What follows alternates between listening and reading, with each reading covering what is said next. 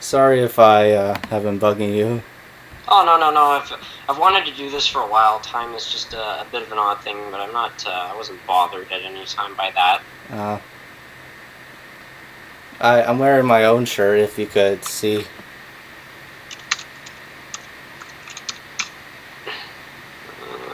Okay. Uh, No, no, I've wanted to do this for a while. Time. Alright, good. It's already live. yeah, I just put it on live. Oh, we got some people in the chat.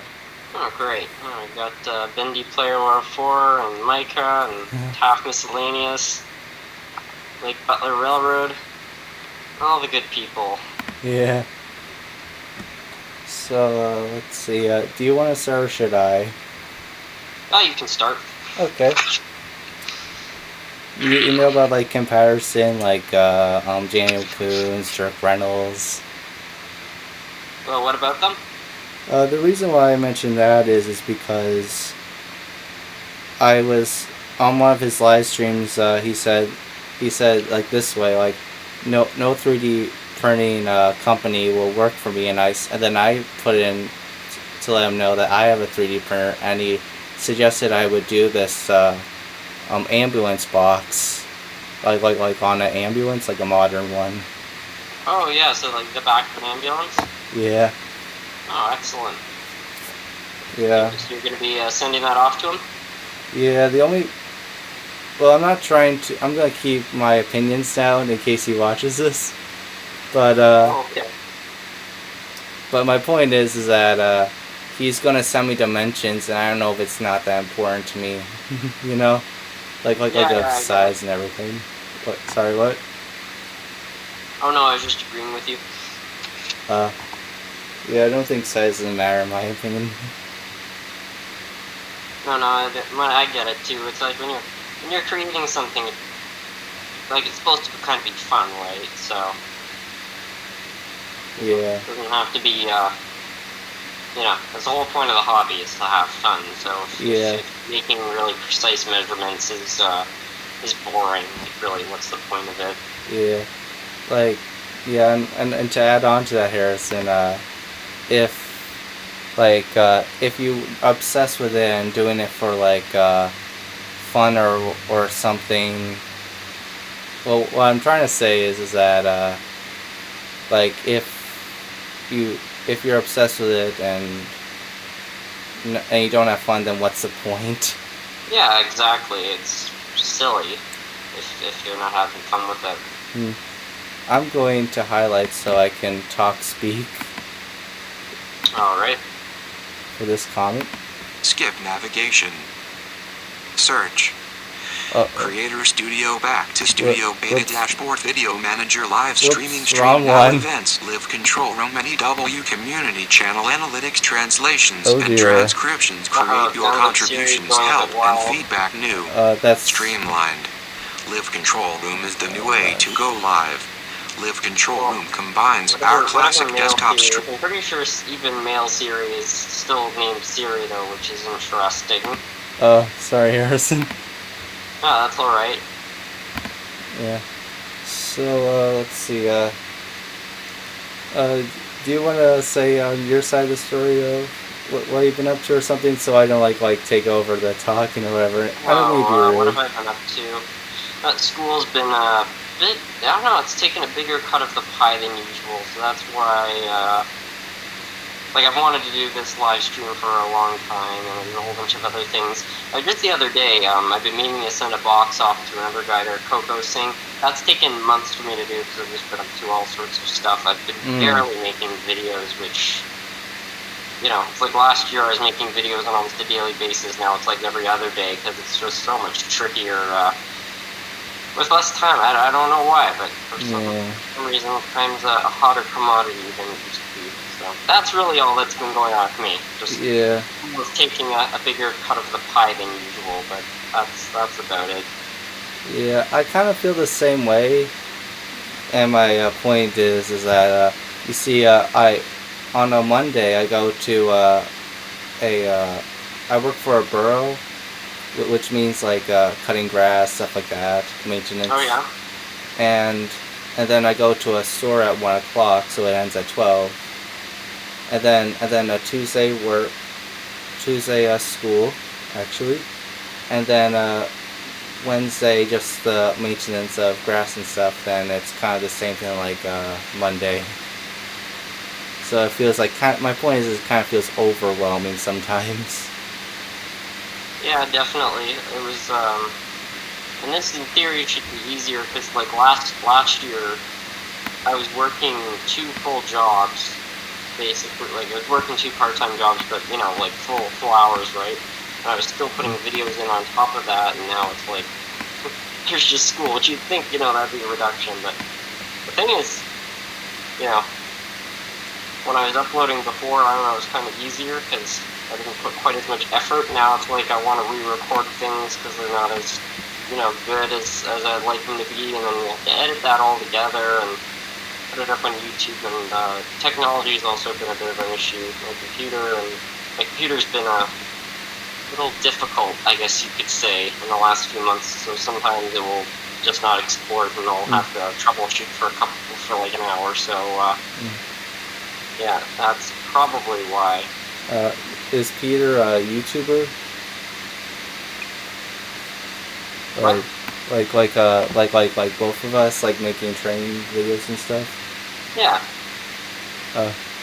Let's see, I got a comment here. It says, did you guys know that Norfolk Southern and Western 1218 got new parts put on him, and it's getting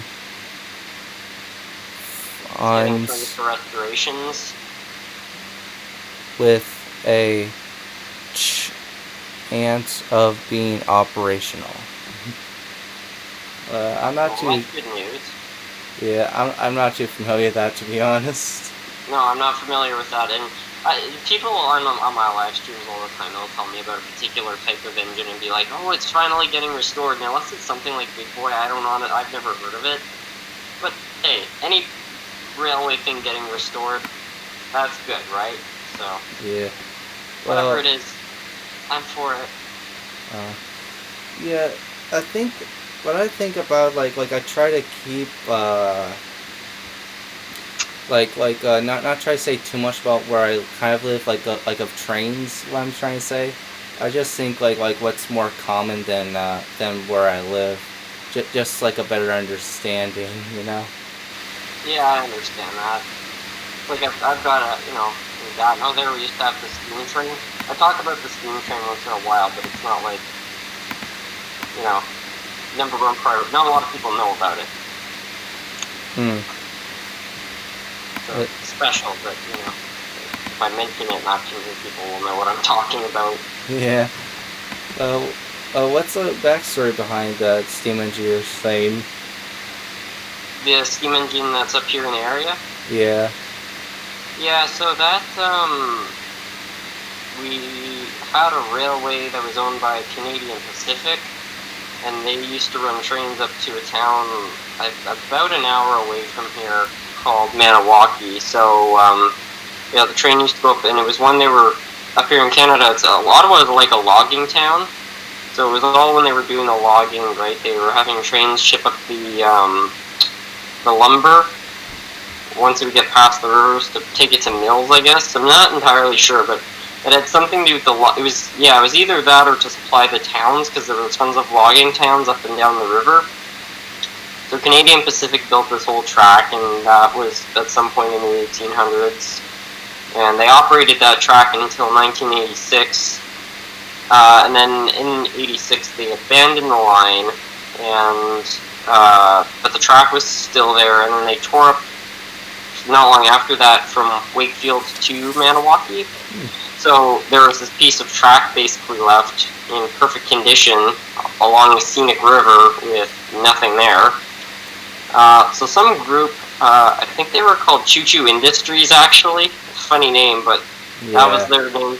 And they wanted to run a steam engine up here, but there was no... all the Canadian steam engines that were available for purchase, basically, they were all they were all in need of an overhaul, and overhauls are very expensive because the whole thing has to be taken apart, rebuilt basically. Kind of the whole But engine. in Sweden, they had steam engines that were for sale, like they were available, but they didn't require an overhaul. They had been maintained their whole. They hadn't, kind of gone abandoned at any point. So they imported the steam engine. I believe it's eight cars, train cars, and the diesel engine up here. And then they started running it, and they made the HCW, which was the Hull, which is part of Gatineau, basically. C. Chelsea, which was one of the towns in between, Wakefield and Hull. So they made the and then Wakefield finally, so they made the HCW, and then that company that ran that railroad went out of business, and then someone else bought the train, and when they bought the train, they did a major renovation to it. So they repainted it. When the train arrived here, it was in red. Like the whole train, basically, it was in the Swedish paint scheme from when it had been imported. So they repainted it to their own paint scheme. So they repainted it green and white, and then they repainted the engine and stuff like that. And then they ran that from '92 to 2011 when the track washed out. Oh dear. And that was a disaster. Yeah. And then the government, the train brought in $11 million to the area. So it was very profitable for the businesses around it. So the government was giving them subsidies to rebuild the track. So they were doing work, they were replacing the ties and whatnot. And then the washout happened. So the government paid for the first washout, but then while they were fixing the first washout, another rainstorm came along and washed out even more of the track. And then the government cut funding right there and then and said, we're not going to pay for any more of this stuff. So the rail company that was running it went defunct. They put the train up for sale. No one bought it. So guess who bought it? The government did, because the Quebec government thought, we can buy this and we'll keep the train here, because they were going to ship it off somewhere else. But the funny thing is that the Quebec government, they were not willing to repair the track, but they bought the train. So they bought a train with no track to run it on. Yeah, that's kind of weird. It's really messed up. So anyway, the train sat, the locomotives sat, they're in like a shed, so they weren't touched, but the train cars were out in the elements, so they started to rot. And then it's in kind of a shady part of Gatineau, so let's just say like a lot of kind of crime happens there, and they got vandalized and people started spray painting them. And at first when people started painting them, they would just repaint the cars. No one would touch them for months. So they didn't get touched for another 3 years, and then at some point, I think in 2017 or 2018, the vandalizers came back, but this time they were a lot more aggressive. They painted the train, they broke the windows in, and it all went down that hill from there. And then a few months ago, they wound up scrapping the cars. So, quite tragic, really. Yeah. Well, at least there's a good side about trains is, you see, my dad works at, you know what decals are? Yes, I know what decals are, yeah. You see, my dad works for our decal company. I don't expect you to know what that is, but basically he works on the computer to design them. He designs, people send drawings and then he makes them on the computer so that it can be printed like you would print on paper, but it's in decal. That's really cool. And and I have two designs I just got from him today. Is this design? Is that a locomotive? Yeah. Really cool. I have another one in Pennsylvania Railroad scheme, but it's a whole different locomotive, like a pantograph. It's the first time I looked at these. It must be a heritage unit of some kind. Yeah, I think they both are. Yeah, it's very interesting. Yeah. Yeah. The one thing. Yeah. Well, this is definitely not gonna probably not happen, but I draw a drawing. I just thought it'd be cool to share with you and the group. You see, Andy Moeller has engines. You can tell there's parts of them because it looks like he stripped the frame down to bare bones, which includes the trucks of the train and both of them, and a whole frame. And my plan is to get one of those and hopefully convert with some wood and some soda cans or wood and turn to something like this. But like a dummy locomotive. Well, that's cool. But I doubt that would work if Andy Moore would let me. Yeah, only time will tell, I guess. Yeah. Sparky said a little bit ago that he said hi to both of us. Oh, hey Sparky, how are you? Yeah. I'm not sure if Sparky's still in here, but if he happens to be, I just want to let him know I'm quite sorry about the whole, basically you were there actually, so you know what I'm talking about here, but, I kind of suggested that people log in other devices.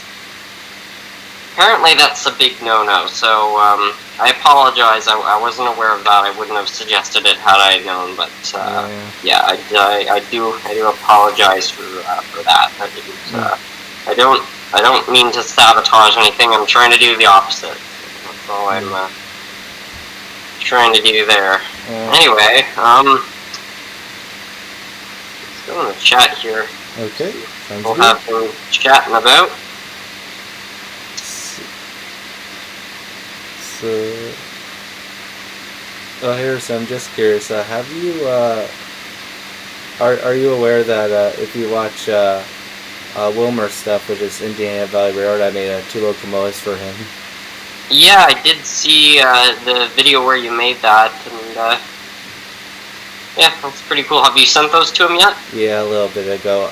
Well, what happened was I didn't want to post the video to give him more surprise, just in case he would watch the video and it'll be like all over. But but he posted his video about what he thought of them, and he said he was choked. It literally got him choked up because that's how surprised he was. Oh, that's a great story. That was quite generous of you to make those from. Yeah, I imagine in a good way. Wilmer is a great story of a channel too. Do you know? I'm not sure if you've heard it, but when he was quite early on, he said that his grandkids told him that, you know, he, I guess, wasn't the most savvy with technology, and his grandkids said, "Oh, you'll never be able to create a YouTube channel," and they were shocked when he went ahead and did it. And you know, here he is today. And I was watching one of his videos a few days ago, and like he's got all these special effects and stuff like that. Like it's amazing, you know. Yeah. Yeah, I think he's probably as well as your channel, probably on his way to 1,000 subscribers, I would say. Yeah. I'm not trying to promote my channel, but like I made a thank you video. It's done complete, but I only put it on if I get to 600, just for like that purpose of the 600. Like. Yeah. Should have it ready. It's better planning than I have, because I hit 3,000 not too long ago. Anyway, and I still haven't made a video about that. And it's always like that too. If ever I hit a milestone of some kind, I'm always very ill prepared. So I've got to figure out a lot of things. It probably would be smart if I, you know, made videos in advance like you did, but yeah. The reason why I'm doing a video is I don't feel like doing a contest, because I feel like maybe that's too much. So yeah, I get it. You know, save your contests, and you know, you do them every once in a while. I don't do a contest every time I hit a milestone, but you know, I've done them before. And Bendio Force says, SMT, you doing a live stream after this stream ends? I wasn't planning on it. If I'm honest. I just wanted to Harrison, you have said you randomly choose your live streams and if you're in a good mood, right? Yeah, I just wouldn't want to do a live stream, and you know, like anyone, I can get in a bit of an interesting mood sometimes, and it really just wouldn't be very nice. Especially with trolls. I find trolls can kind of get me a little bit. Yeah, I feel like they're. I don't know. Like with trolls, it's funny. They don't they don't frustrate me, but they get me into kind of a provoking type of mood, and I don't know, I start going a little. Yeah, I just don't want to take part in that. I have to applaud people like Sparky, and they go planning these live streams, and they commit to it. And it would probably be good if I did too, because then people could expect when I was going to upload content, but I don't want to be making streams when I'm, in a bad mood or tired or something like that. I just don't think it would be as good.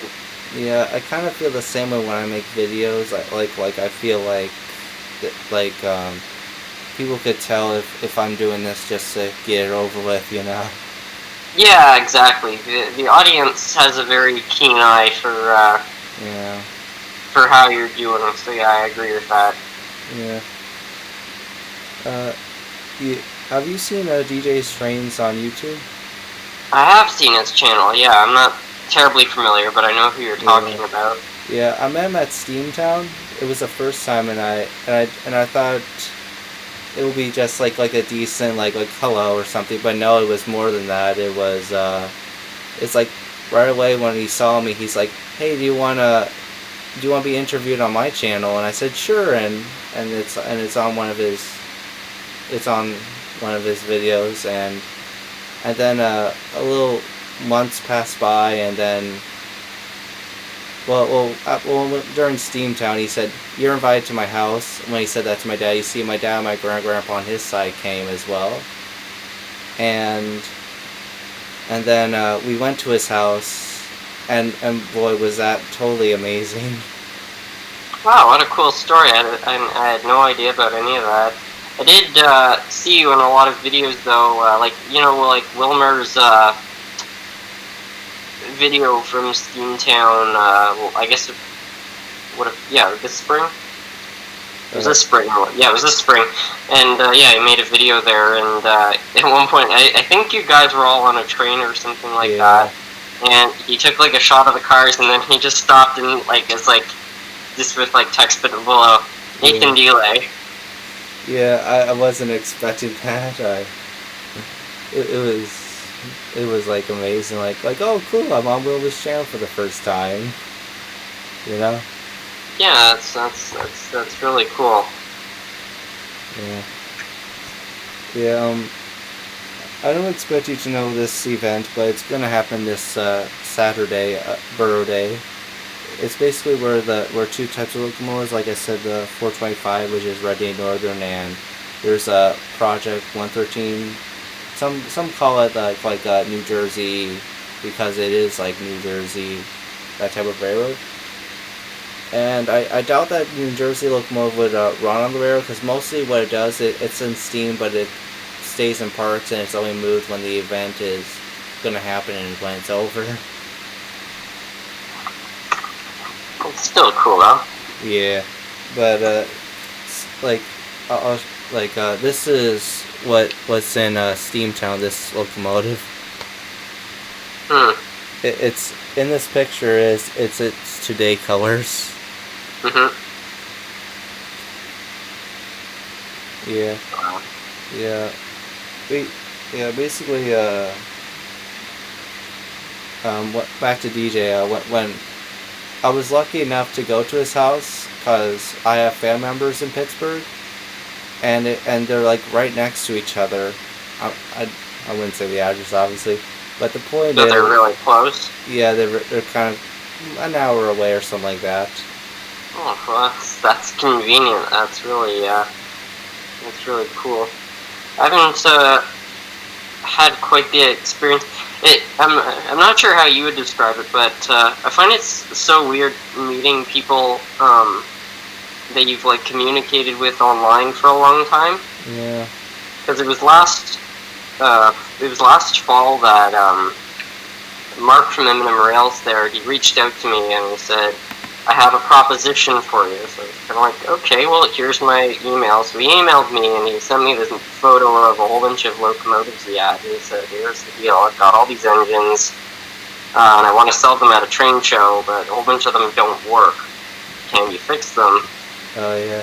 So, yeah, and that's when I got that big lot. But, of course, I hadn't met anybody in the community yet, and I knew his channel specifically quite well. So it was kind of like, this like my heart was like racing when we met up at my local hobby shop, and I was like, oh my god, like this is someone met off the internet, and here they are like in person, and it's just the strangest thing. And it's funny too, because you see someone online and they've got this persona, and Mark's a great guy, but it's funny when he's much more kind of. I know, I find in his videos he seems very excited. In real life he's actually like just very sort of like chill and relaxed, and it was just something I wasn't kind of expecting. So yeah, it's really Well, when I first went to Steamtown, it was, I feel like I missed the parking lot, because I think they started somewhere around 9 and I came at 10 o'clock. And then when I went to get a ticket for like that train light, like you said, I met Hot Rod Ronnie 25, then Wilmer came, and then two of his sons, grandson and his son came, and I felt like wow, they're really here, and I felt like, is this just real or is this fake? Yeah, and it's I get what you mean too, though. It's so like, I don't know. It's funny. It's like it's like almost meeting people that you've seen on a TV show. Yeah. It's just sort of like, okay, here's this person that I know, but I haven't actually met them once in my life, and here they are. Yeah. So yeah. Yeah. I'm hoping one of these days I can go up to one of these meet and greets. I think it would be really cool to meet you and all the other YouTubers up there. Especially too, because every year it seems like Sparky's little thing there. Like the first year, I don't know how many people he had up there. I don't want to say any numbers because I don't want to either overthrow or underthrow. But it wasn't near to, like, I think it was like a quarter of the size of this year's event, and I think next year's event is probably going to be even bigger. Sorry, I don't know what's going on here. I activated Siri by accident, saying that. I've done it too sometimes.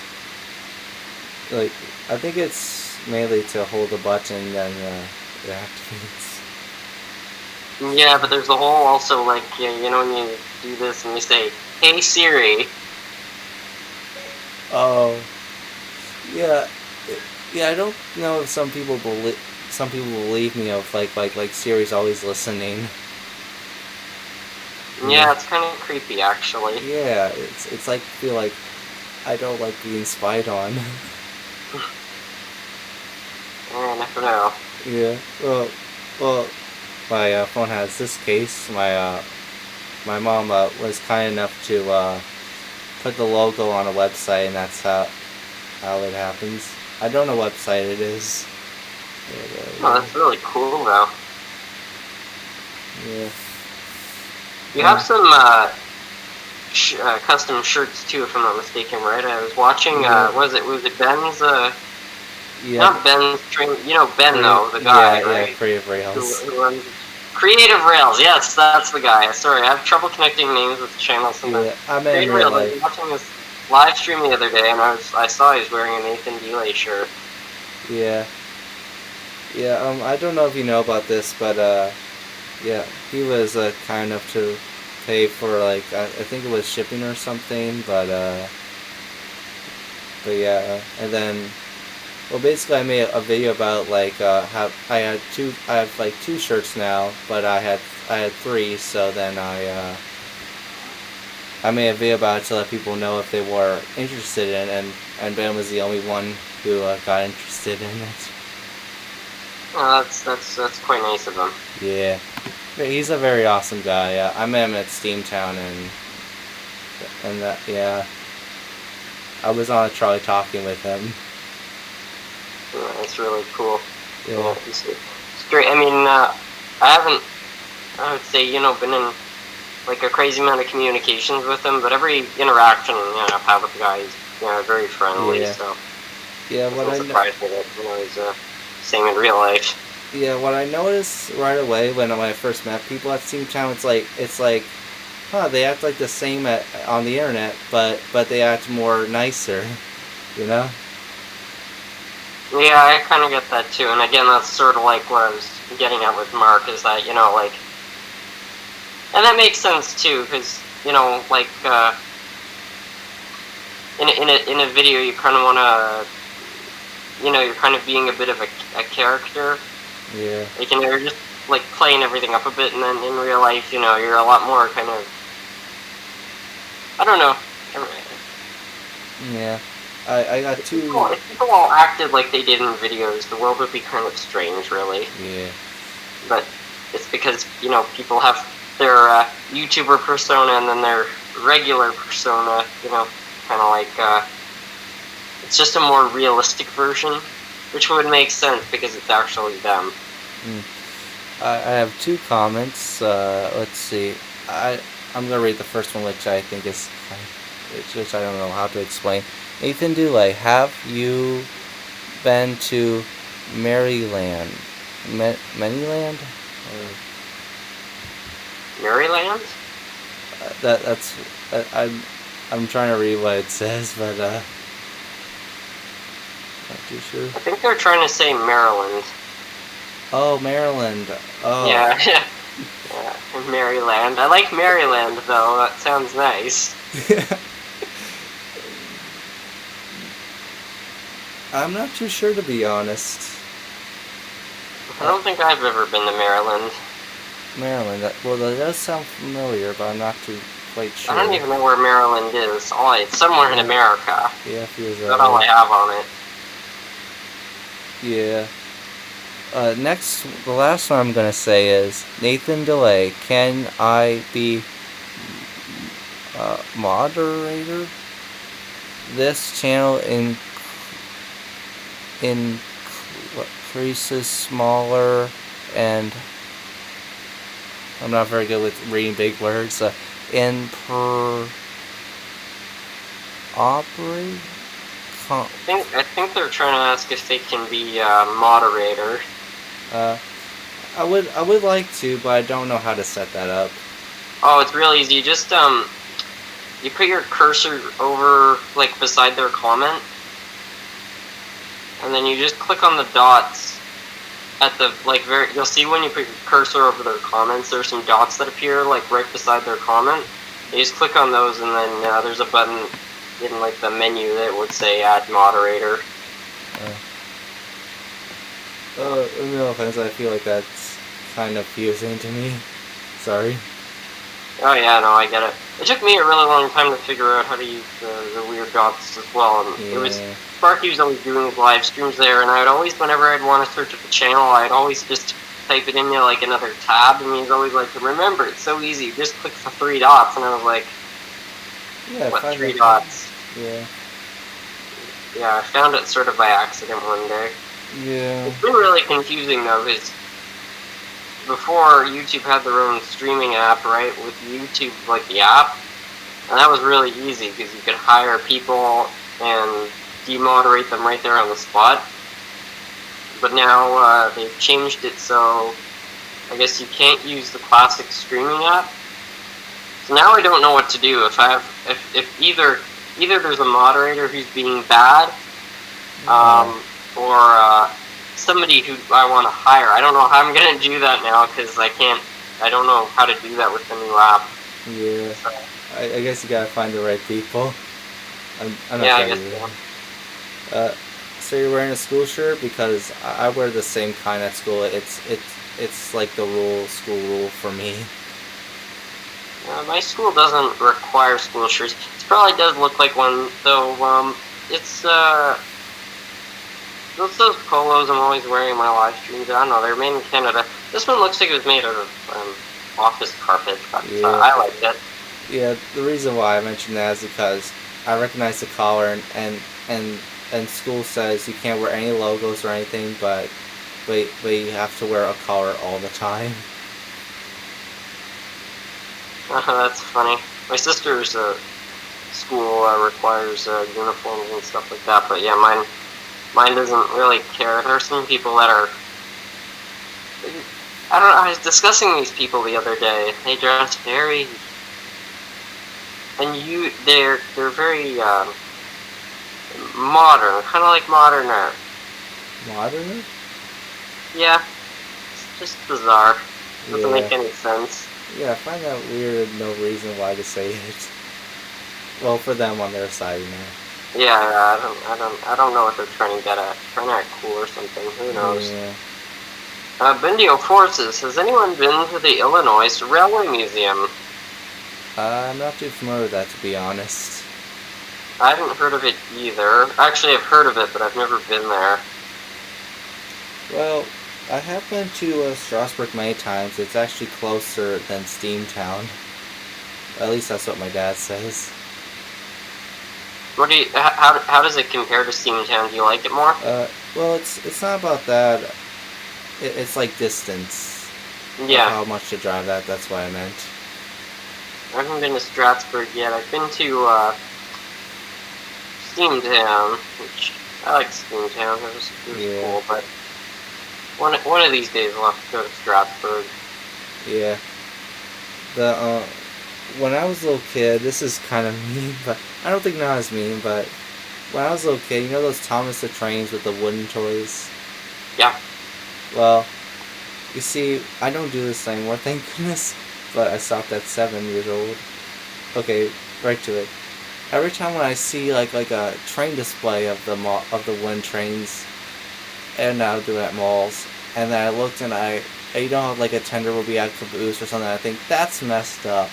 And then I would go to the kids, I would shoo them away, and I wouldn't like let kids like go near to it. I would have it all by myself. I know it's pretty selfish. A kid, life's different, right?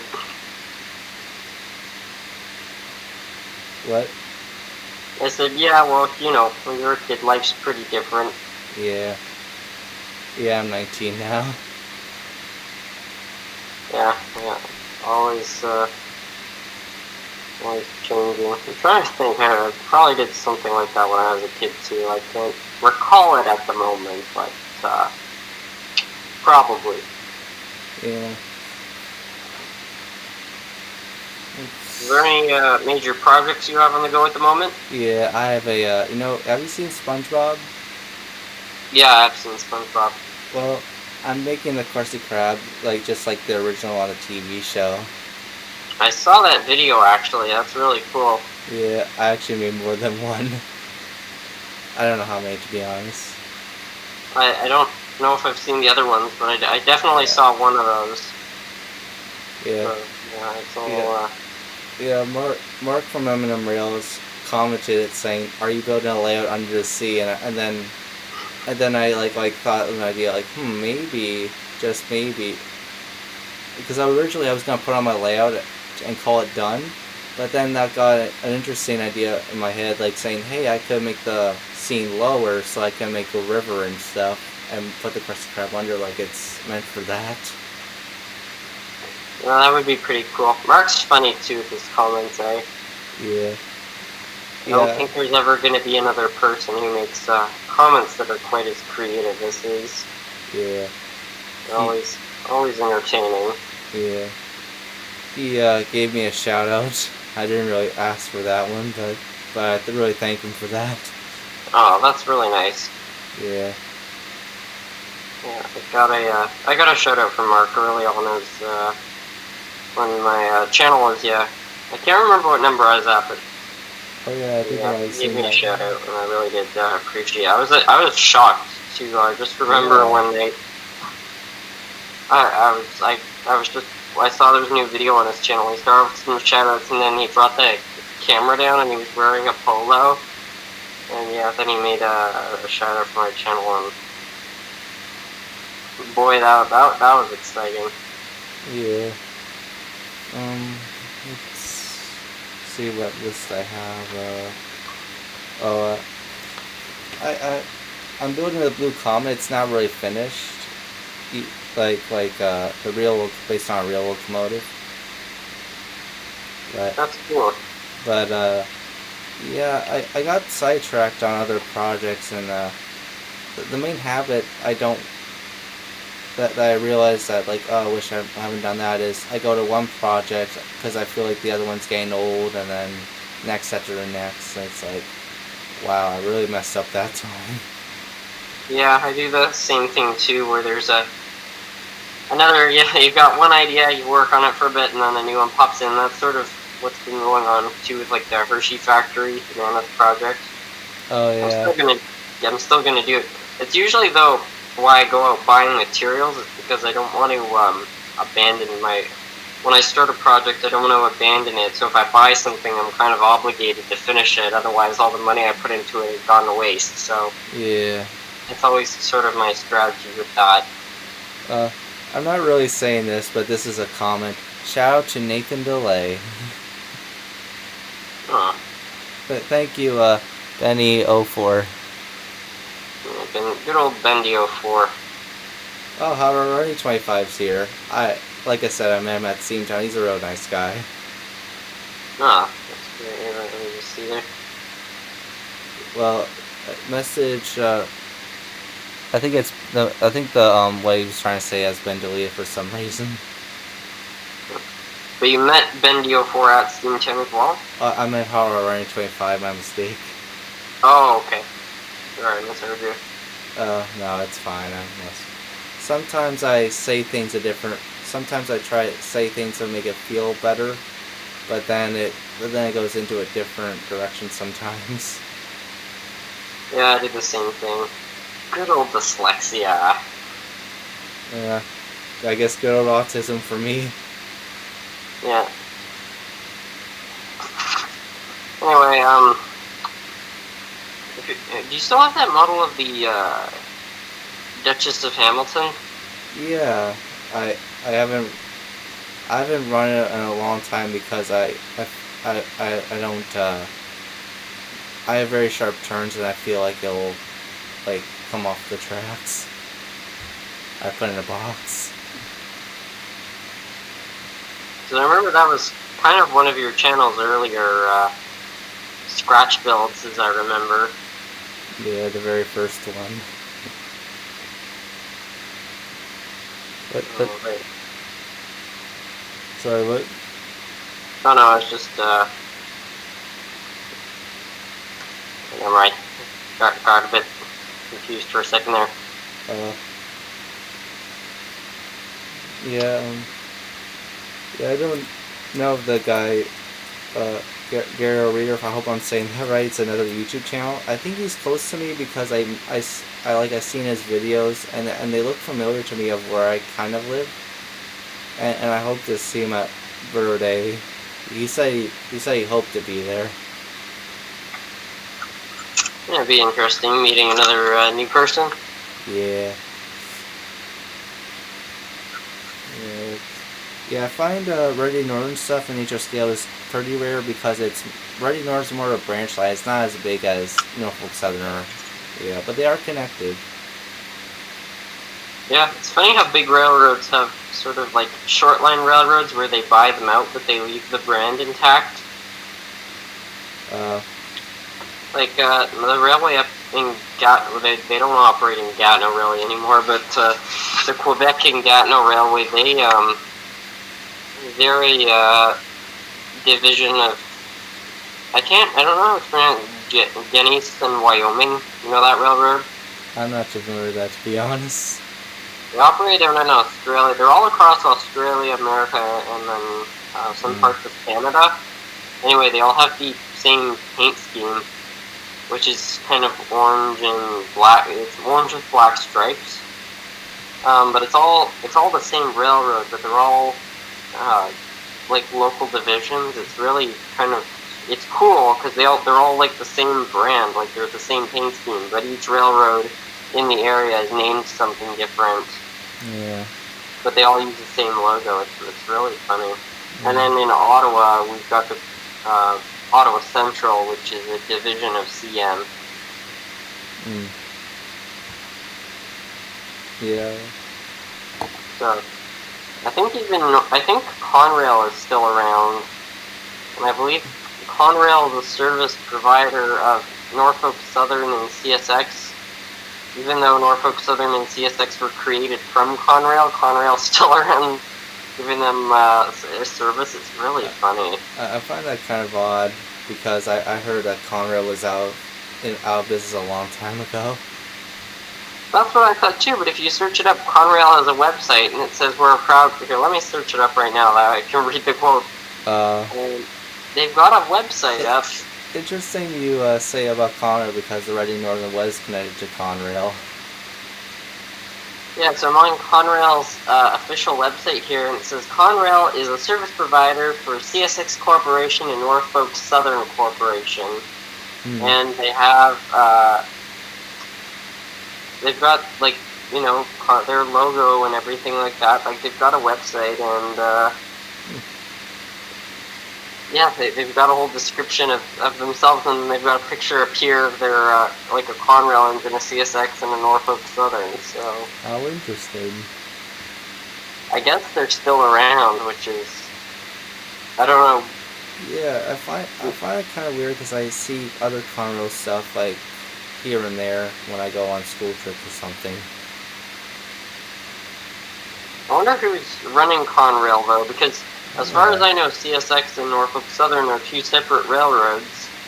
But Conrail was run by the government, who split Conrail into CSX and Norfolk Southern. So, if these are two separate railroads, and the government doesn't own Conrail anymore, who's running Conrail? Yeah. I seriously want to know. It's really strange. Yeah. I'm pretty sure, too, I could be mistaken. Let me see here. I'm pretty sure the Sioux line is still around. Enough to me for that, to be honest. They were a railroad anyway. They've been around for a long time. Yeah, okay, it says right here, Sioux Line Company, founded in 1961. So the Sioux Line abandoned a lot of its lines. I thought they had gone completely abandoned, but apparently they're still around, too, so... Yeah. They're kind of, as far as I'm concerned, they're like the Blockbuster of railroads. Yeah. You know about the Terminator train that I made? Turbo train? Terminator train. Terminator train. That rings a bell, yeah. Yeah. I'm not really finished with it yet, to be honest. The reason why I'm kind of hesitant about it is with not just other projects, but if I'm not... Have you seen the movie? I'll explain why. I think I saw it a really long time ago. Well, in the movie, there's these flying machines that are they're kind of like Terminators, and I thought like, hey, it would be cool if I got like a 3D printed file, but I don't know if my 3D printer is that creative with that, but I hope to put them on top of the train so it doesn't look as boring or flat. That would be cool. Yeah. Let's back over to the chat. Hey SMT, you going to Train Fest in Iowa, Wisconsin? I'm just reading with the guys.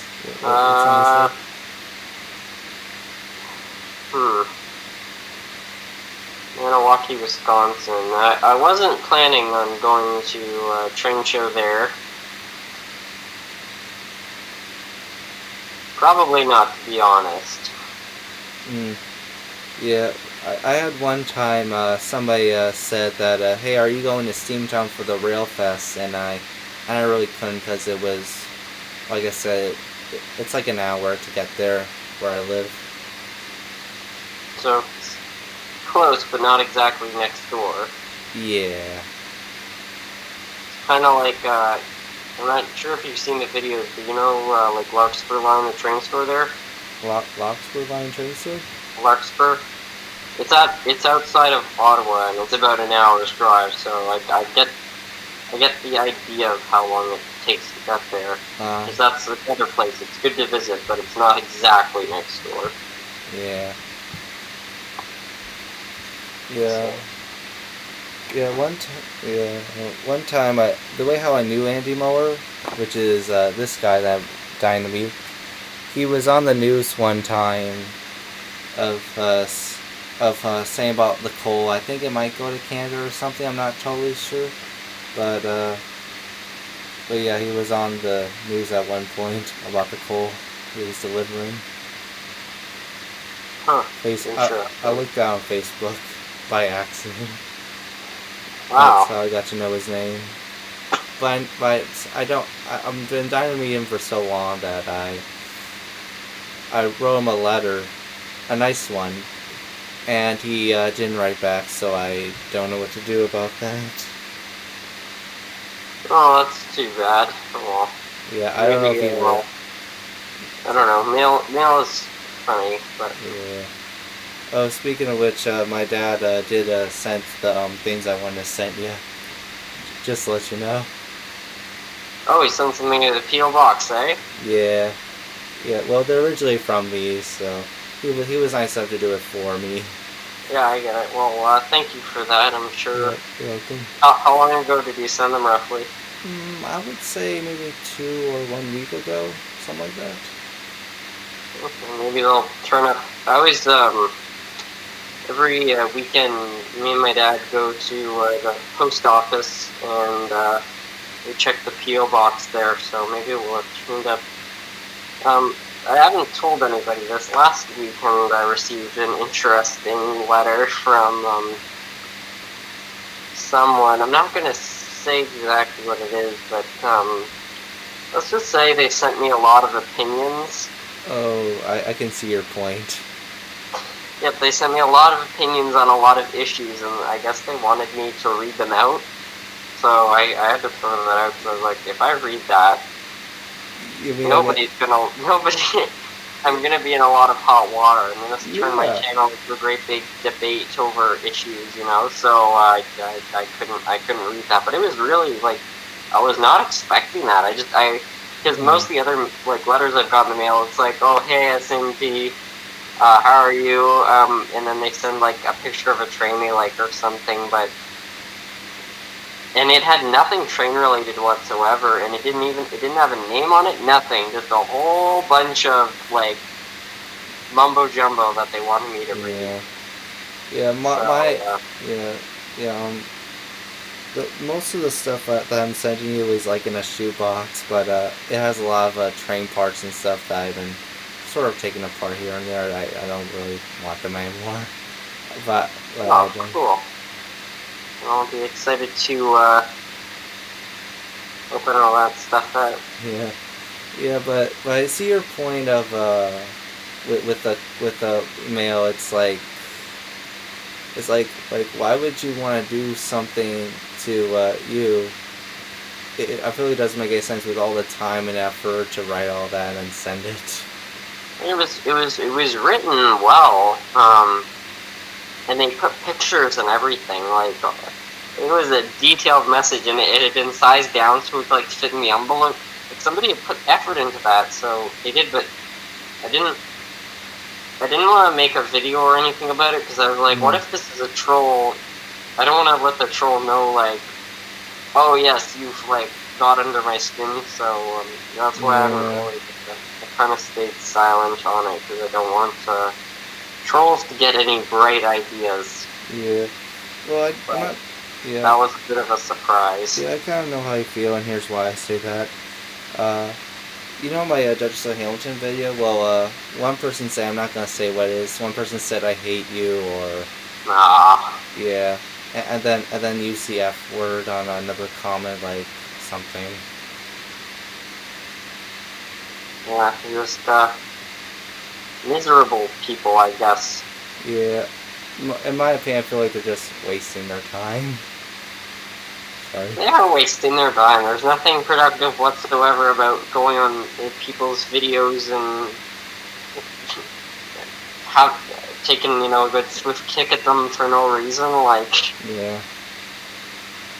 But, it's one, trolls on the internet, that's a pretty common thing, but I don't know if they were a troll. It just all seemed a little too perfect, because trolls are kind of sloppy, they don't do a very good job at their work. The thing that was sent to me in the mail was perfect, somebody put a lot of effort into it, but again, I wasn't gonna go reading something like that. Like, that's why I think they might have been a troll, because I think they were trying to kind of create chaos. Yeah. Because you have a bunch of people and they're all getting along, and then you throw a wrench into the whole mix just to mess things up. So Yeah. I don't know what their motive was, but it was a surprise. Yeah, I find it kind of shocking that I got into the YouTube community in a good way. But I feel so lucky that I get to meet you, that I get to like talk to you and Wilmer and Ben, all the other good people of the YouTube community. Yeah, it's really cool. Or like all the I get what you're saying. It's like there's all these people that you wouldn't know. It's like I talk to you once in a while and talk to Coco Singh and stuff like that. And it's like I'm having conversations with people that if I wasn't on YouTube, I never would have known. So it's really interesting. I talked to Coco Singh a little bit ago when I was on your live stream. And I don't know if I can remember this correctly, but is it true that he said he was repainting a train for you under your own YouTube colors? Yes, yeah. I got a steam engine a few months. Well, it wasn't that long ago, really. But I bought it at a train store. It didn't have a tender, so he had a tender for it, and he said he was gonna send it to me. Once I sent him, basically, I had a whole bunch of just odds and ends things I didn't really want, like a couple train cars, some steel buildings, and a locomotive.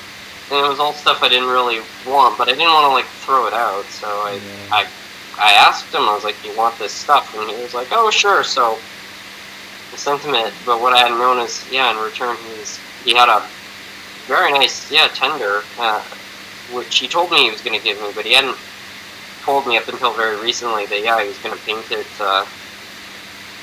He did some custom paint scheme on it. I'm not sure. I didn't get a very good look at it, but he quickly showed it to me. So that should probably be coming in about the next month or so. So that will be interesting. Yeah. Let's see if I have a... Oh, I got one. If I have a minute. Alright, no rush. Have you heard of Budget Mall Railways, that YouTube channel? Yes. Yeah, I've heard of their channel. I've watched a ton of their videos. Well, my point is that I wrote an email of my Duchess of Hamilton. It was mainly my pastor car, and then they were so kind enough to put an email like news thing, and my dad was nice enough to put it on from work. They printed this. My first. Oh, cool! So that's their monthly mail piece. Yeah. Well, that was nice of them. Yeah.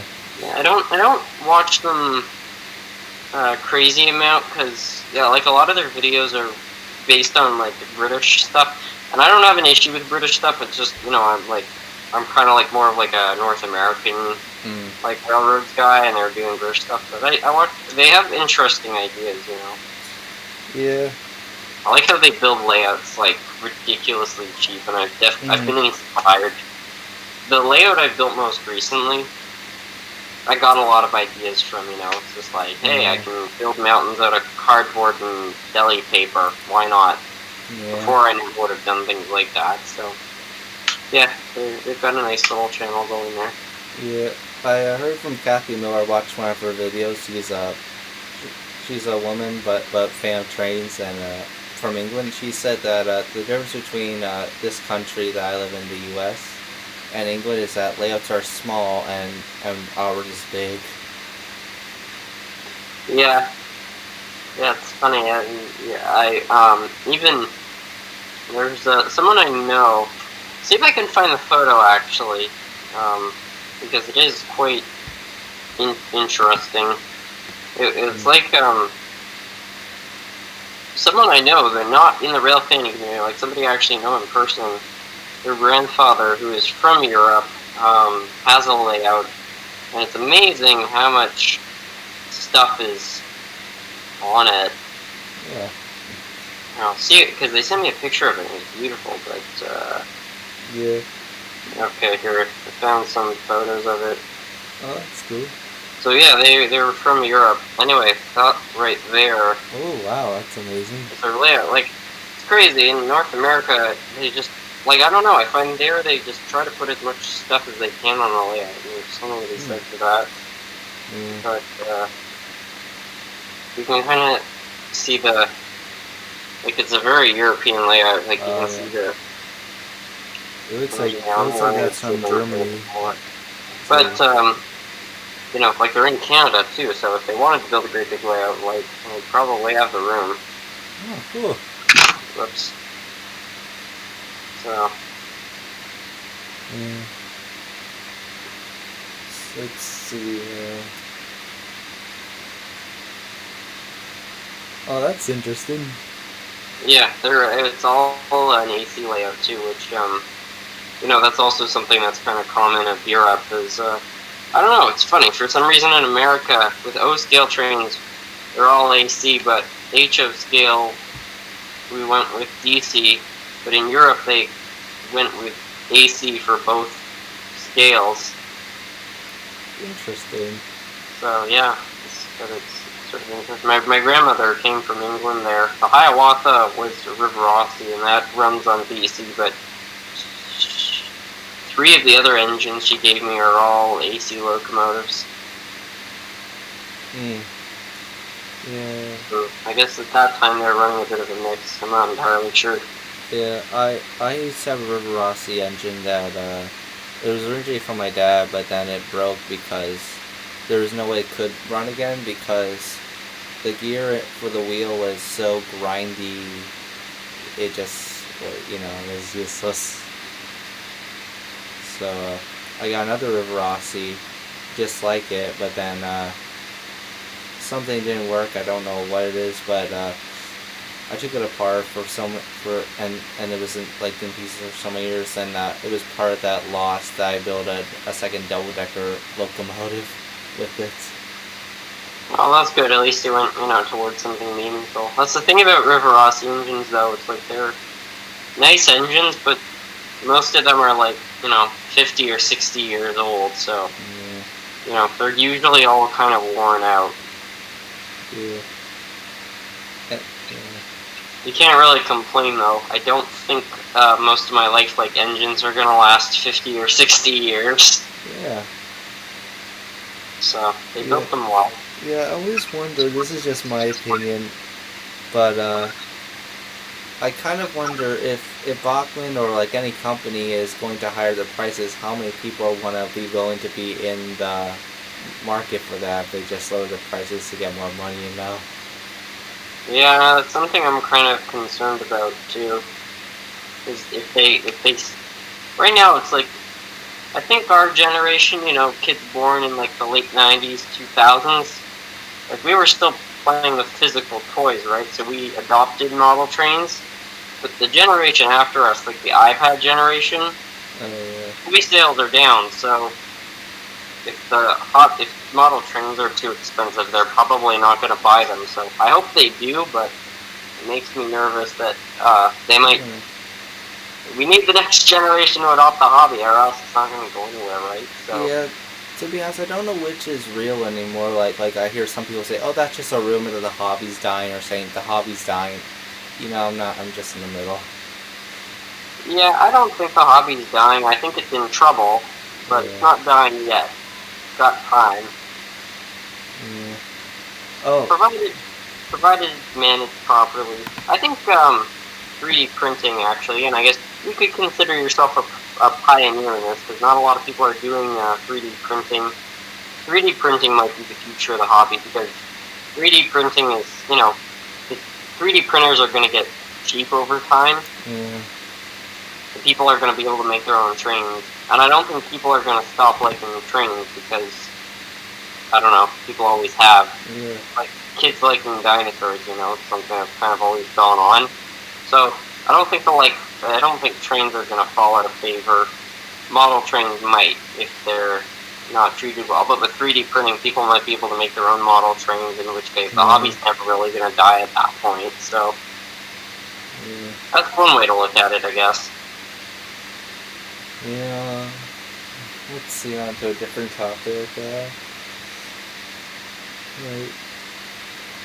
Because people seem to love me. Like, I mean, like there are kids now to, like, you know, build computers and things like that. Kids love building things, so there might be at one point, like, there might be kits to build model trains, you know, and then for the rolling stock, it's like you can make an entire piece of rolling stock out of plastic, so eventually people might be able to, you know, make their own, like, train cars. Like, they could build their buildings, their train cars. If the trains ran on batteries, I guess they could build their own track. They could pretty much build an entire layout with a 3D printer. Yeah, Gabriel Rear says, have you heard of Jaws? I have. I seen a whole movie about it on YouTube, but it's like, for me. Jobs? Like Steve Jobs? I think he means a movie because there's a movie called Jaws about a shark. Oh, Jaws, like the shark, yeah.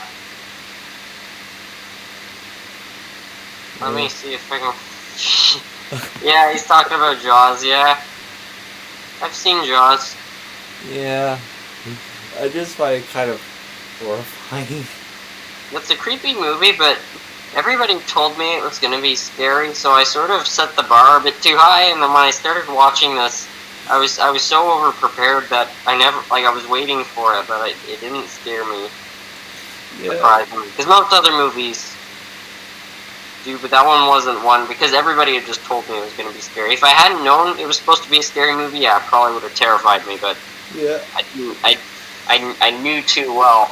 Yeah, the surprise was gone. The weirdest thing is, like, have you heard of the movie Nightmare Before Christmas? Under what? Nightmare Before Christmas? Is that animated movie from 2007 or 8? Well, I'll explain it. It's about kind of like a jack-o'-lantern or something, maybe a skeleton, and he's bored with Halloween, so then he goes on to a different holiday, which is Christmas, and then it goes pretty bad. But my point is that I heard that a lot of kids, like little kids, are scared of that movie, but when I was a little kid, it is like, it's just a normal movie. I think I did hear about that movie. I'm pretty sure I actually was scared of it as a kid. Yeah. But, yeah. Yeah. What movies were really terrifying? Yeah. Atomic Train, I'm not sure if you've seen that movie. That movie wasn't... It was kind of scary, more it was just stressful. Yeah, there's a YouTube channel that's called Diesel D19. It's based on Thomas and Friends, but it's more of a comedy to make fun of it. And parodies are always good. Yeah. I don't know what it's called, but there's... It's sort of like a parody of Thomas. It's all made with like Bachman engines. I can't remember what it's called, but it was like, yeah, a whole series, and it was like kind of like a parody of Thomas, and it was made, yeah, with a few Bachman engines. They had faces and everything made it a play or whatever. It was very well done, actually. I'll type in something generic, like, I don't know, a little train with face.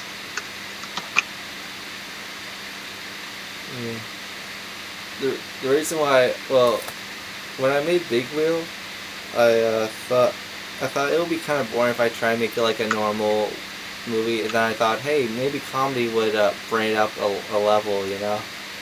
Like just to make it more interesting, so that's why I did it. And most of the words on the lines I say are mostly made up as I go along. That's how I do my videos. Yeah, that's cool. Yeah. Yeah, to be honest, I would like to go to Canada, but yet I don't know if I have the money to do that. Plus, I don't have whatever it is to go to country to country. Oh yeah, passport. Well, a good time. Yeah. Can't seem to find the, can't seem to find that video. Yeah. The thing about the one on that YouTube channel, he has over like 1,000. He has a couple, maybe 1 or 2 play buttons. Wow. Yeah. And he used to do like these battery trains, and then they're not like bad words, but it would be like "oh my god" or something. And then he got into like digital computer called you can get this online if you want. I'm not saying he got the computer animation like Toy Story or whatnot. Yeah. Well, let's see. Do you like Ensemble the way it is? I do. I'm not really like what's the point of like trying to mimic the real world of how trains operate? The point of what? Unstoppable, like try to base off of like real like dispatchers or something. Yeah. I mean, I liked Unstoppable. Like, it was a fun movie, but it wasn't at all realistic. Yeah. Any train fan, you know, or any rail fan that saw that, probably there are so many scenes in the movie where it's like a railroader just like when he disconnects, the air hoses. Oh yeah. Yeah, that would have applied the brakes. Yeah, I find that kind of strange, and I think locomotives go like sluggish than the one going faster.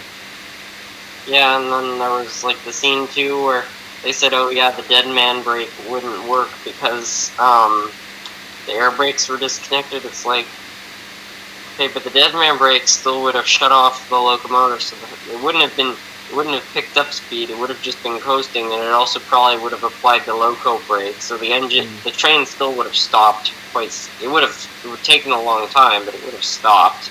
Yeah. But in the movie, it's like, nope, the dead man brake doesn't work, and it's in notch 8. It's like, yeah, I'm sure to go change a signal, change a switch, you would leave your engine in run 8. That's a great idea. Yeah. Or something sillier, like the throttle falls in a run 8 or something like that. I can't remember how it happened, but the whole scene where the train basically gets out of the yard. Like, it's impossible. Yeah. Yeah, I talked to DJ from DJ's Trains, and I was going to say, what's the difference between the real thing about Ensemble and not real? And I didn't receive the answer, because right away he said, you shouldn't really say that. I forget what it was, but it's not on the video. Oh, yeah. Let's see. Bars of Trains says, Nathan DeLay, you and SMT have a good night and have to go. Oh, thanks for stopping by, Barnes of Trains. Oh yeah, thank you so much for coming by, Barnes of Trains. By the way, Barnes of Trains, if you're still in here, I've been watching your little live stream there from the replay. I really do enjoy them. Yeah. Let's see. Sorry if I'm not reading comments so much. Let's see. Gabriel Reader says RBM, and which is Ready Northern. SW30, I think that means a diesel. 2004 and 2003 is my favorite locomotives. They have awesome horns. You seen these two locomotives? I'm not too familiar, but if I do look at the number, what type they are, because they do say the multiple locomotives, I think I might know what you mean. I was just trying to reply to a comment. Well, they're like a painter or something. Bringing steam to Reading 1001. Oh, Barca Train says thank you, SMT. Oh yeah, no problem. Yeah. Great channel. So nice when people. I don't know. It's funny. It's like the model railroading community. It's like you've got the people like Vinny who have been, around since like 2011, and then you've got, the people kind of like both of our channels that were kind of like, I don't know. I don't know when your channel was made. I assume sometime around 2015. Yeah, you guessed it correctly, 2015. Yeah, and then my channel was 2016, and then you've got people like Friends of Trains who are just kind of entering the community now, and it's just, I don't know, kind of cool. Yeah. People, joining in. It's amazing to how quickly, like, Wilmer, even a year ago, like, I don't think anybody knew who Wilmer's channel is, and now he's got, almost 500 subscribers, and I think Friends of Trains is just another channel where it's going to be the same situation. It's a very, open arms community. If you want to join in, you're welcome in, just as long as you're, nice, Yeah. Let's see if I just had a thought to want to say. Let's see. Oh, here's a comment. Let's see. Benny04 says SMT Mainline. In your next video, try and record your River Rossi Hiawatha. Well, I don't know about if you don't mind me talking. Last time I record me. I don't know what people are going on about these days. Hiawatha has electrical issues, but it's not broken for good. And I've made tons of videos about it. Yeah, you've proven the point very well, and it's not broken. It's not broken for real. It just has some mild problems which I'm too lazy to fix. But it's not. When I say it's broken, I don't mean like, oh, it's all over. I need to start again. It's fine. It just needs me to do a bit of wiring. I got a big comment. This is for me. Nathan DeLay. There is a steam engine hair by the name Alex Paul? Anyway, and he wants all steam engines to be scrapped. He's profile pictures and is a bird BTW. Is that a joke or something? BTW. He's a bird by he's a bird he wants steaming. Let me see here. Oh, Fine Crow is here. Welcome. Steam engine. Okay, so the problem appears to be that there's a guy named Angus Paul, and Angus Paul, he wants all the steam engines to be scrapped, and his profile is a bird. I've never heard of any Angus Pauls who hate steam engines, but frankly, I don't think if they like or dislike steam engines, it's going to make a difference. They're one of the trolls which we were discussing earlier. Well, I'm not too sure about this one, but I'm going to ask your suggestion.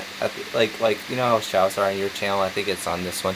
Can one of you two give me a shout out? Well, I'm not trying to be rude, but I just don't really know because I don't want to be like unfair to like.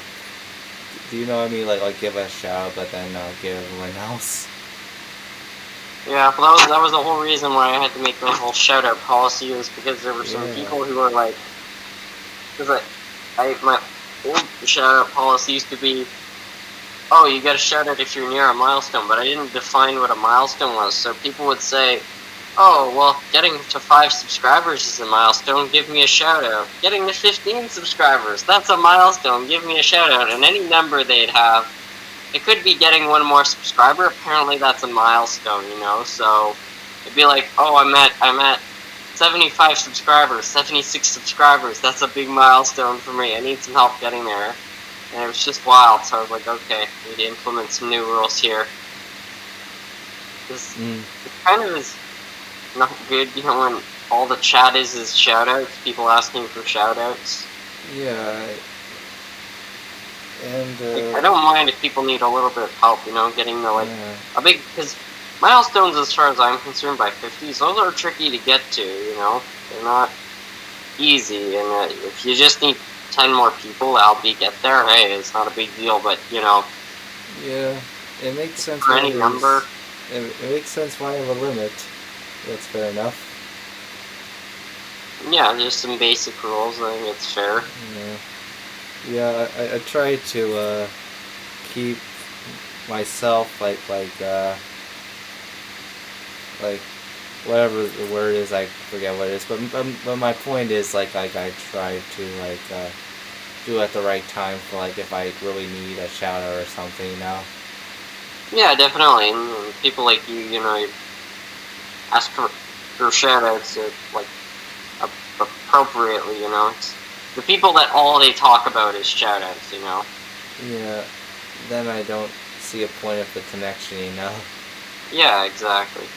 Anyway, Black Mountain Station just joined. I always want to say Black Mountain Railroad for some reason. Anyway, they just joined, so hello. Oh, hello. Sorry if I haven't looked at the chat. No, I just looked at the chat and I noticed you joined in there, so it's just it'd be nice to say hi. Yeah, I think what should be a point, in my opinion, about I think shouts should be way less to talk about, and I think the main point should be connection, not so much like a gimme thing. Yeah, exactly. Yeah, they're people having a conversation, not how one person can get their numbers as high as they can. Yeah, I think it's two things, taking advantage and being, no offense, but being a show off or something. Yeah, I get that. Yeah. Oh, there's two comments being right. I'll read the one that's to me. Nathan DeLay. I'm gonna probably help reading this one. Commandant Officer Kenwa was on one of Angus's pause videos, by the way. Oh, Commanding Officer Kawahara, that's the guy there in Norfolk? Sorry, I'm not too familiar with that. Gee, I'm trying to think. He's I don't know, everyone refers to him as Norfolk. I'm trying to think of more of an identity there. He's got a little brother, and I don't know, he's always making trade moves. He's friends with Nickel Plated Productions there. Anyway, he changed his name, so that must be who the guy's talking about, Commanding Officer Kohara. But here's the comment that's addressed to me. It's from Gabriel Render. Hope I'm pronouncing your name right. Yeah, I thought it was Reader. Sorry. Yeah, anyway, they said, Harrison in the video, Tim's trains. I can see on the left, you see the Maryland-Delaware logo. Tim's trains. Okay, so I think that they're talking about the video, you see the Maryland-Delaware logo. I think they're talking about the video, when I went to Florida there, I went to a train store called Tim's Trains. Oh, no, Tim's Trains. Tim's Trains and Things was the store I'm pretty sure I went to in Cincinnati, so that must be what they were talking about. I'm not sure what specific engine that was, but yeah, I'm sure it's in there. Yeah. At Birdy, there's not just the real trains, but there's the trains that you have to put gasoline, you can put them in cars and stuff, but you have to sit on them and then drive them. There's one of them at Birdy. It's been running since I was a little kid, and it goes mainly back and forth for a short ride. It's temporary. Oh yeah, those. Yeah, they're the little guys, right? They're only like a foot tall or so, and Yeah, something like that. yeah, I went on one of those a few years ago. Me and my dad derailed one by accident. Oh. Yeah, we luckily it was a small one. We were going along. The first time we were in Montreal and they had one at a museum, we rode around it. But the second time we were at a train show and they had set up this track in the parking lot, and it was a free ride. So me and my dad got on it. We were riding around there, and my dad decided to get off the train while it was moving because he wanted to take a picture of me while I was on the train.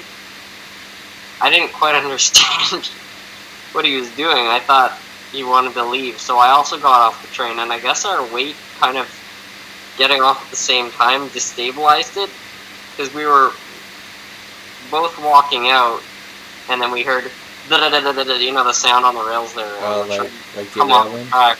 But it had happened right after we had gotten off, so we were pretty sure we were the ones who did it. So we kind of left there sort of quickly, because we didn't want anybody to notice that it was us that did that. Yeah. Maybe it wasn't. Maybe it was just a coincidence, but I don't know.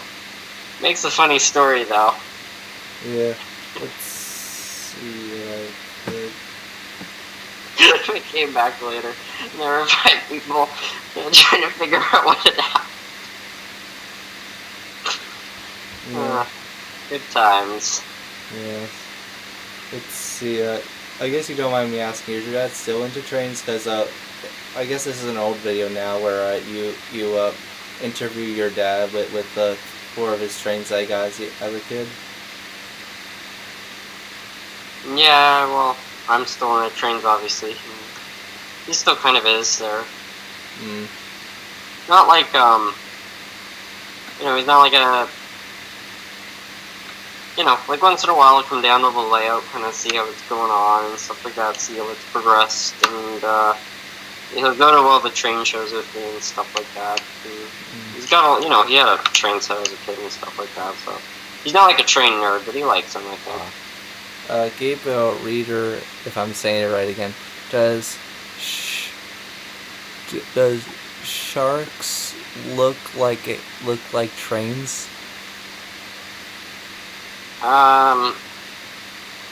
Interesting question. Don't really know how to answer that. I think I got one answer, but it's not totally developed. Mine is saying maybe because some trains are streamlined. Well, I mean, there's the shark nose, which I assume is based off the nose of a shark, but that's all I've got as far as I'm concerned. Any other way, it's not really. Yeah, to be honest, I find it kind of rare to find like scratch build videos, like kind of like my channel, how I scratch build trains. I found like some, but not like a whole bunch of answers. Yeah, that's not a bad thing though, because I mean you're the only one making that type of content, right? Yeah, sometimes. Because it's like, if you're gonna be on YouTube, you could be another Minecraft YouTuber or something like that, but that's something millions of people are doing.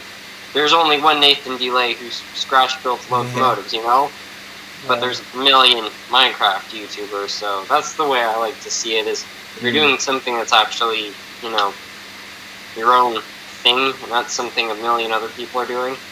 Yeah. So, good. Yeah. Yeah, I agree. Never mind. Let's see. So Harrison, I'm just curious. I don't know if you have developed your plans, but what are you hoping to see at Strasbourg? Yeah, I want to go to Strasbourg. I don't know if I can, because, just like you, really, going, like, if I'm going to go somewhere, usually I'd go with even though I'm, like, 18, when I go on a trip, I go with my dad there, just because, it's better to have 2 people, right? And then there's the money and the time, so that's the 2 issues. But for me, passport's not a problem, because I go to Maine quite often. But, yeah, I hope I can. It would be nice. Yeah, I could, if you want, I could tell you what I know about stock traders. I'm not trying to do that. Well, right next to Caboose Motel, there's like the train museum on one of my other videos that I did. Really, really close to it. And what's more interesting, the Caboose Motel has a road that goes straight in between the railroad tracks, where the famous Strasbourg Railroad goes through. So. Wow. It looks like a cool place. I was looking, well, I wasn't looking, I was watching Sparky's live stream, and, he was showing all the, different, cabooses, that are like rooms. Like, that's really cool. I don't think I've ever seen a hotel like that before. Oh. This is interesting. Daniel Coons from, he goes on comparison, so basically my point is, welcome, Daniel. So. Yeah, that's cool. Yeah. Well, it kind of reminds me, I'm not trying to say, but one time I made him a train, but I didn't really want to paint it. The reason why is because I wasn't too sure what to paint it, like what kind or something, but I sent him a locomotive. That's nice. I've had that thing too, though. You wanna like get something for someone, but you're not entirely sure what. Like with the Eminem Rails there, I wasn't. He had gotten me a couple gifts, and I wanted to get him a gift, but I didn't know what he wanted. I just wasn't sure, so I searched and searched and searched, and then one day he just said, I bought a CN switcher, and he's like, I'm looking for a switcher locomotive for my layout, and I said, what railroad? And he said CN. So I went on eBay, I found a switcher locomotive, and this is the crazy part. The only Athearn switcher locomotive, CN, that I was looking for was for sale at a local hobby shop.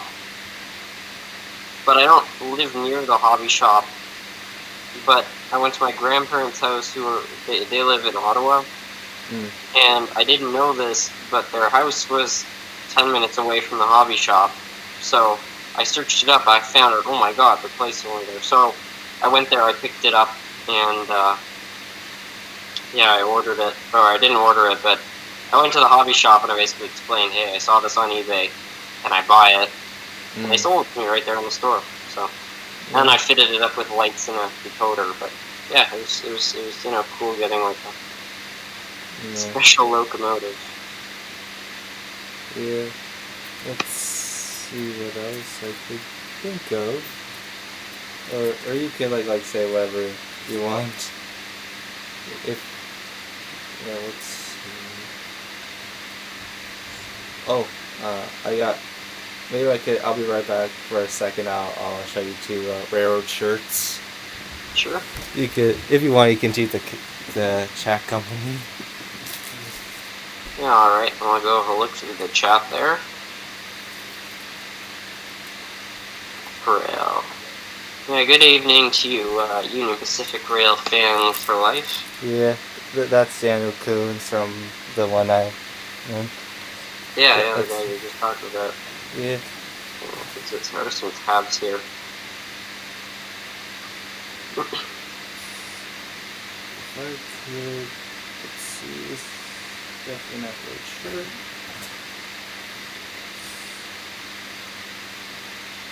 Maybe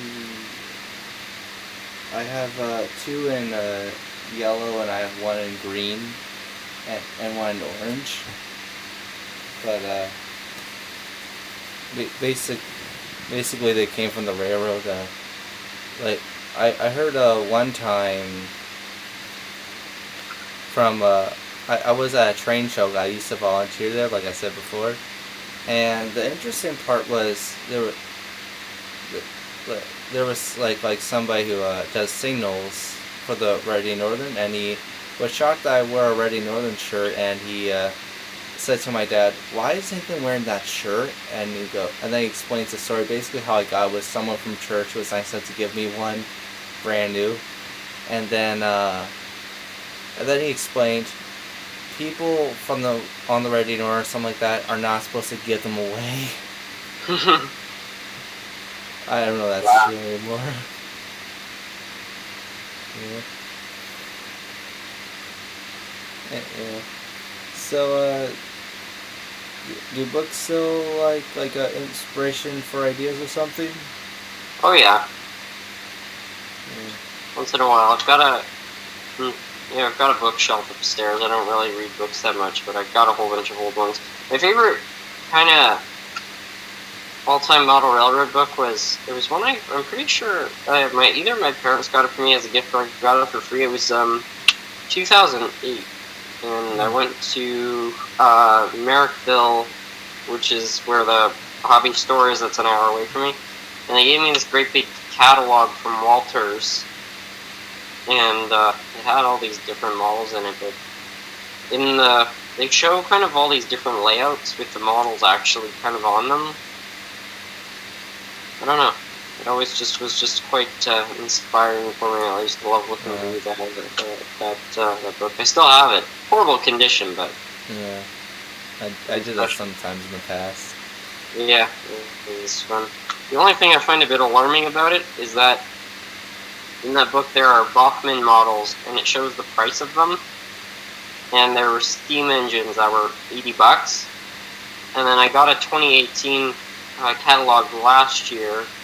So 2008, 2018, 10 years, and the same Bachmann steam engines, identical to the ones in the 2008 catalog, are now $130.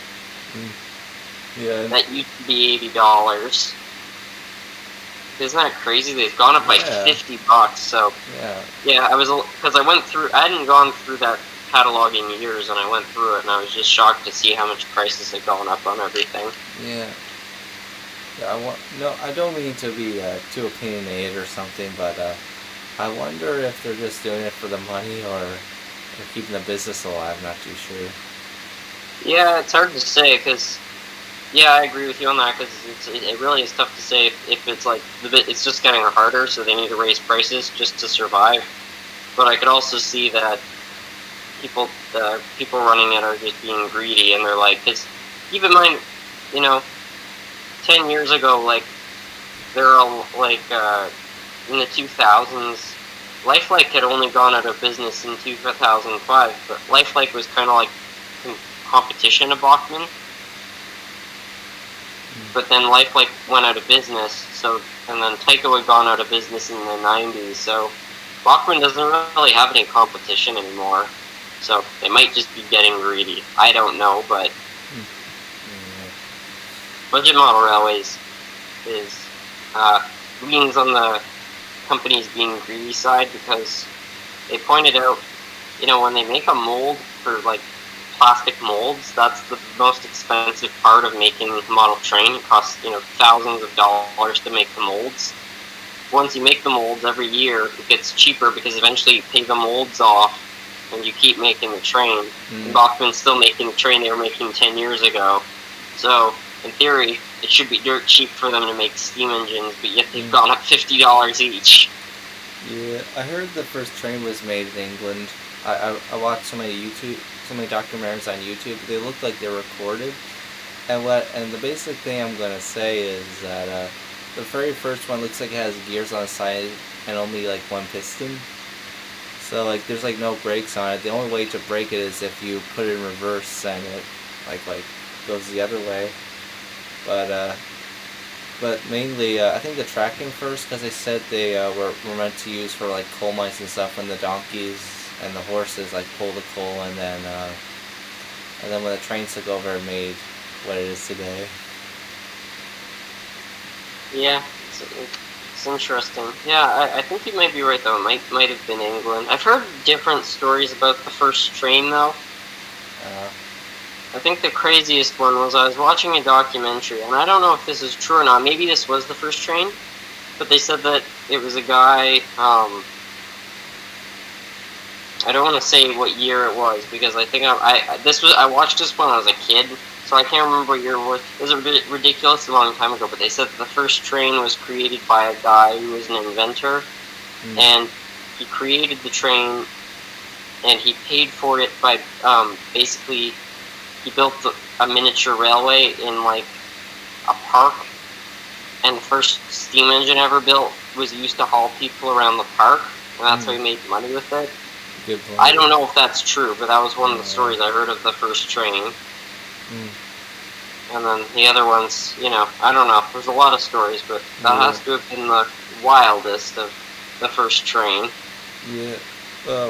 There's like, I got interested in movies, and I got so fascinated. When I was at middle school, I heard about like the Tifffield Thunderbolt, which is a British train movie, and because I heard about the models from a different YouTube channel, him explain that I've been dying to watch that movie, and then so I bought the movie for that purpose, and then I watched it, and I enjoyed it.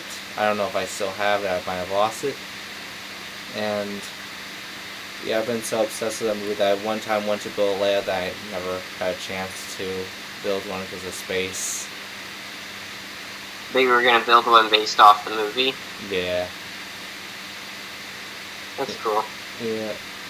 One time, I bought a movie like the runaway train that you have mentioned because of I just went to I got so interested in like hey, I can watch the movie, something like that. Did you wind up watching it? Yeah, the one time with the whole family. What did they all think of it? Well, they think like it's like okay, but I didn't really like the ending, to be honest. Yeah, the ending's a little odd. Yeah. I never really got it. The last time I watched it, because the first time I watched it I was a kid, so I didn't really understand the whole movie. I watched it a few months ago, and I kind of understood the ending, because it wasn't really about the train, it was about being free or whatever, but I like the movie, but it's a very bizarre movie. Yeah, I guess it makes that interest of like wanting to build a model. Yeah, I built the model because this is probably my favorite part of the movie is towards the end, like the guy, the main character, man, he's free, right, and he's kind of gone crazy, but the train is almost a symbol of his freedom there, but the train almost becomes alive, like it's like there are scenes, where it's smashing through tunnels and stuff like that, and it's growling. Yeah. Like they really played that up, so I just thought that was kind of interesting. Yeah. I like how in the movie they make it like make it look kind of evil because of the parts on the caboose onto the locomotive, like a little damaged. Yeah, it's like all sharp and jagged on the front, and I think Alaska's, in the middle of winter, like that's the perfect climate for a movie, like kind of about crime and stuff like that. Like it's like a really rough environment. You know what I mean? Like most movies would take like Unstoppable. It's like the middle of summer and stuff like that. There, it's like you're in like harsh, cold circumstances, and then the locomotives are all painted black, so they really stand out in the snow. And there are a lot of things about the movie that are good. Yeah. But it is an odd movie. Yeah. You can find the Tifffield Thunderbolt on eBay. That's how I did, including the movie that you liked.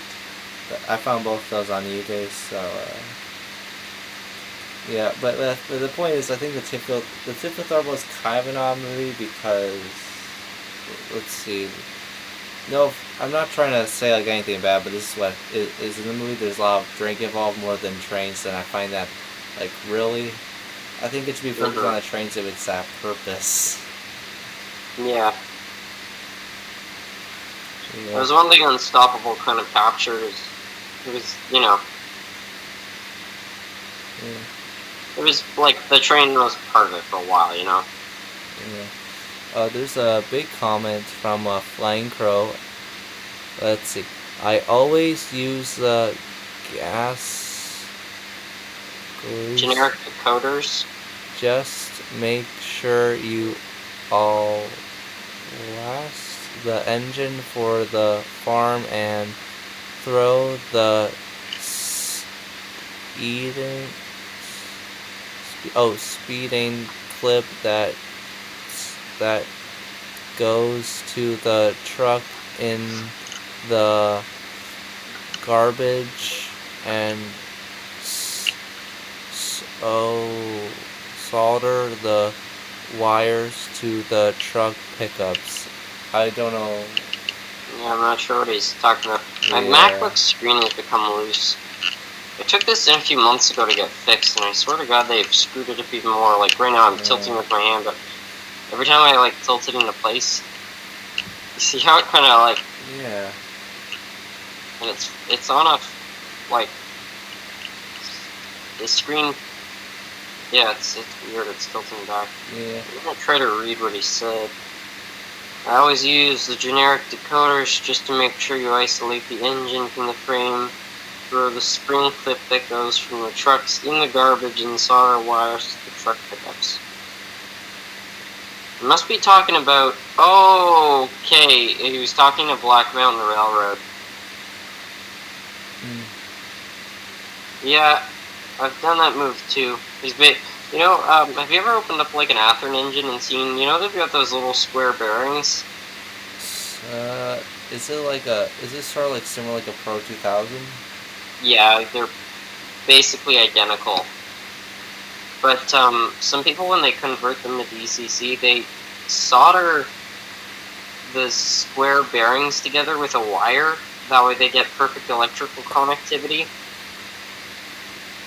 Sort of an interesting way of doing things. I've never done it myself, but there's a guy that does all the like DCC modding at my hobby shop, and I was just chatting with him one day, and he asked if I wanted to see how he wired them. I said, sure, and I said, what's going on down here with the bearings? And he said, oh, I never rely on Athearn's like regular pickup system. I always make my own. So yeah, you solder every single bearing together and then run wires up through the trucks. Anyway, it seems like a ton of work, but probably pays off or something. I don't know.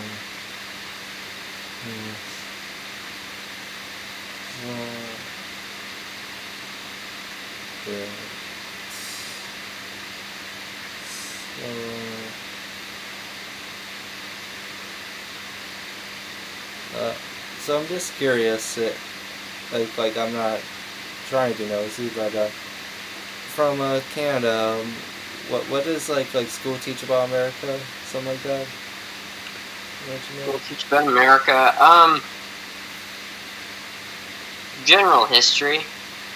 I would say about America. You know, learn about like the Civil Wars, things like that.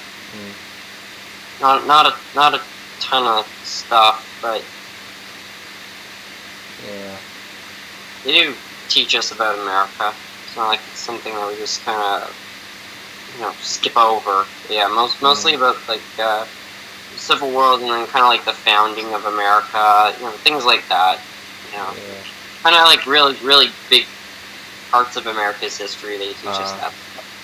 Yeah, I was told in school that when the British were part, like when it truly wasn't America, like they say that's the most important part, which I kind of do agree. What I mean by that is like I heard colonies were on like the a type of boat, and they went to the land that's now America, and they made land and stuff, but they were still part of England. Yeah, I'm not the most knowledgeable of it, but yeah. And then America started literally either... I know, it's funny, America started with a few states, and then they kind of basically started, the United States, right? Yeah. I believe, too, I could be mistaken on this, but I think I've heard recently that America, when it was only made up of, like, a few states, bought a state, which is now part of the United States, which is kind of interesting. Yeah, that's actually true. I think like part of the land, like I think it was from France or something, but I heard that from 2015 at school. Yeah, they bought part of the land. Yeah, I don't mean to go off topic, but my YouTube channel like started as animations of trains, which like two of them are still around. And then I got I got off track with model cars and stuff, and some of them I had to get rid of because of copyrighted music, and then it felt like it wasn't fun anymore, and then I decided to go into trains, which was, I felt like, a much better decision now. Yeah, everybody's channels, I think, kind of change over the years.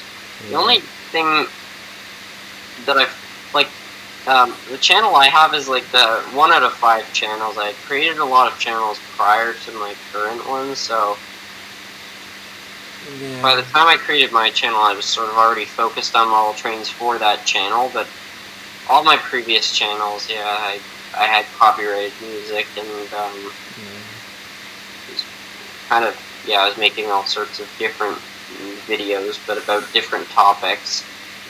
Yeah, the one YouTube channel that might be dark to people, very dark.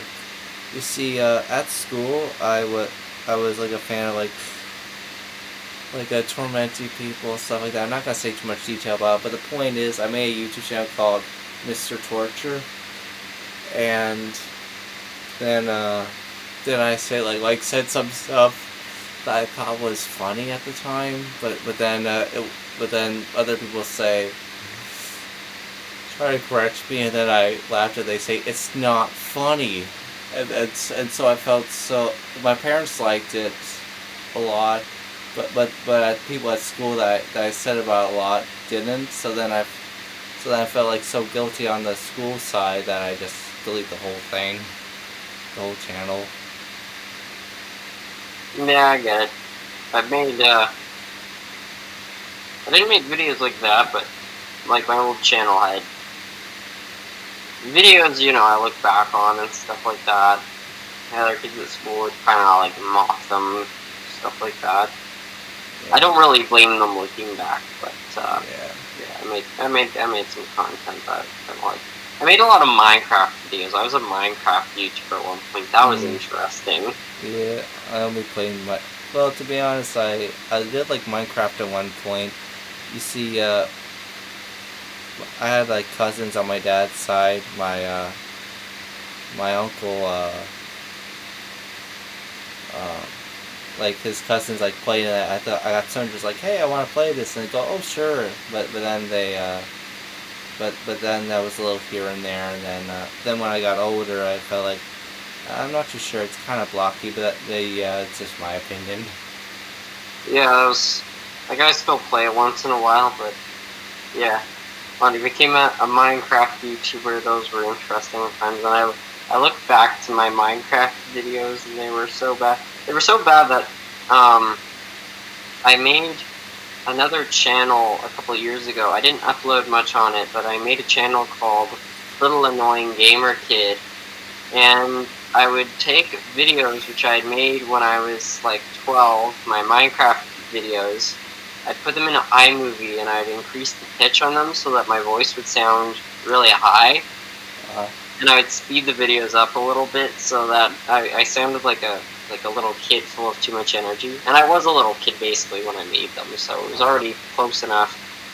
And I tried to form another channel, kind of mocking myself, called Little Gamer Kid, but that never caught on. I only uploaded like 2 videos on it, but it was still fun. But yeah, my Minecraft videos are not something I look back on. And then after my Minecraft videos, I had a cooking channel, but it was a parody cooking channel. So I looked back on that, and it was also pretty bad.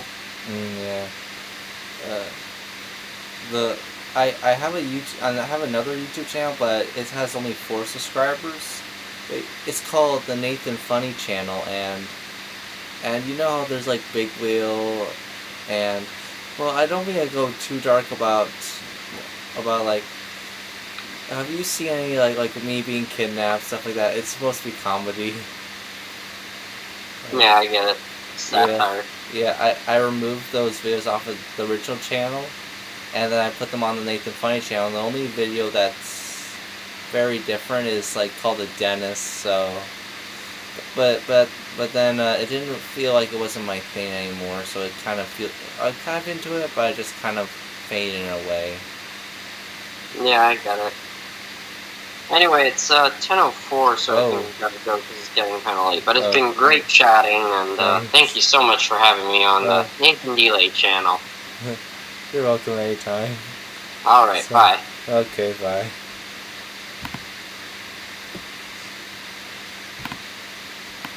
Well, that's it for today's live stream, everyone. I hope you enjoy, and this is Nate Delay saying goodbye, and have a very awesome night or awesome day. So, see ya.